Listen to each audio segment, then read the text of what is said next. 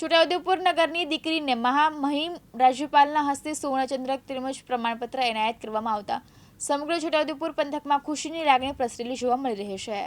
છોટાઉદેપુર નગરમાં સ્ટેશન વિસ્તારમાં રહેતી સુજાન સાબુએ બેચલર ઓફ આર્ટ્સ ફેકલ્ટીમાં યુનિવર્સિટી ફર્સ્ટ મેળવી અને ગોધરા મુકામે શ્રી ગોવિંદ ગુરુ યુનિવર્સિટી ખાતે યોજાયેલ પદવીદાન સમારોહમાં રાજ્યના મહામહિમ રાજ્યપાલ આચાર્ય દેવવ્રતના હસ્તે સુવર્ણચંદ્રક મેળવી નગરનું ગૌરવ વધારતા સમગ્ર નગરવાસીઓ સહિત કોલેજ પરિવાર દ્વારા શુભેચ્છાઓ પાઠવવામાં આવી રહી છે।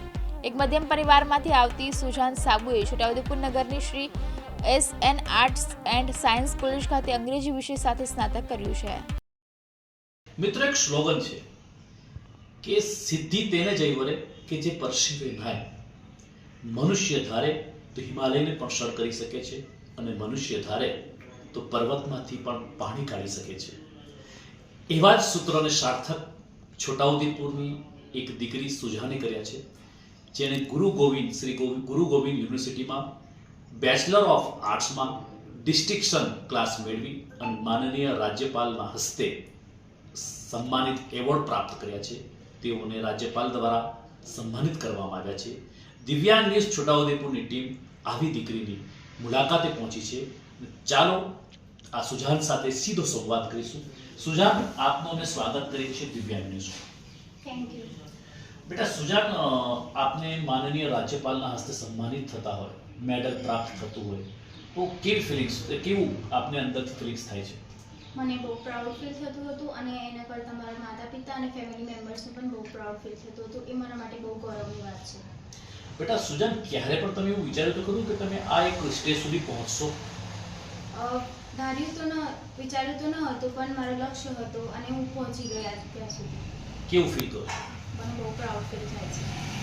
બેટા, આ જે તમે જે સ્ટેજ સુધી પહોંચ્યા છો તેનું ક્રેડિટ કોને આપવા માંગશો? આપના ફેમિલી મેમ્બર, આપના ફ્રેન્ડ્સ, આપનું કલ્ચર, કોને આપશો? હું મારા ફેમિલી મેમ્બર્સને આનો ક્રેડિટ આપવા માંગુ છું। હું એક મિડલ ક્લાસ ફેમિલીને બિલોંગ કરું છું અને દીકરી, સ્વાભાવિક રીતે હું એક દીકરી છું, તે માટે મને ઘરના કામકાજ પણ હોતા હતા, બટ મારા મધર મને કોઈ ફોર્સ નહોતા કરતા। મારા બ્રધર્સ પણ મને બહુ સપોર્ટ કરતા હતા। મારા માટે જે સાહિત્ય ઇમ્પોર્ટન્ટ હતું તે મને કલાકોમાં જ મારી જોડે આવી જતું હતું અને મારા પિતા પણ મને બહુ પ્રોત્સાહિત કરતા હતા ભણવા માટે। બેટા, આપ આ સ્ટેજ સુધી પહોંચ્યા છો તો અમારા દર્શક મિત્રો આપ જણાવશો કે આપની દિનચર્યા શું હતી, આપનું શેડ્યુલ શું હતું? હું સવારે 4 વાગે ઉઠી જતી હતી। મારા પ્રેયર્સ ડન કરીને હું રીડિંગ કરવા બેસતી હતી। રીડિંગ કરીને હું ફ્રેશ થઈ ચા નાસ્તો કરીને 11 વાગે કોલેજ જતી હતી। ત્યાંથી 3-4 વાગે પરત થતી હતી। પછી થોડો રેસ્ટ કરીને હું પાછી રીડિંગ કરવા બેસતી હતી। રીડિંગ કર્યા પછી હું મારું પ્રેયર પાછું કરી અને થોડી વાર માઇન્ડ ફ્રેશ કરવા માટે મોબાઈલ યુઝ કરતી હતી। એના પછી પાછી હું લર્ન કરવા બેસી જતી હતી, પછી સૂઈ જતી હતી।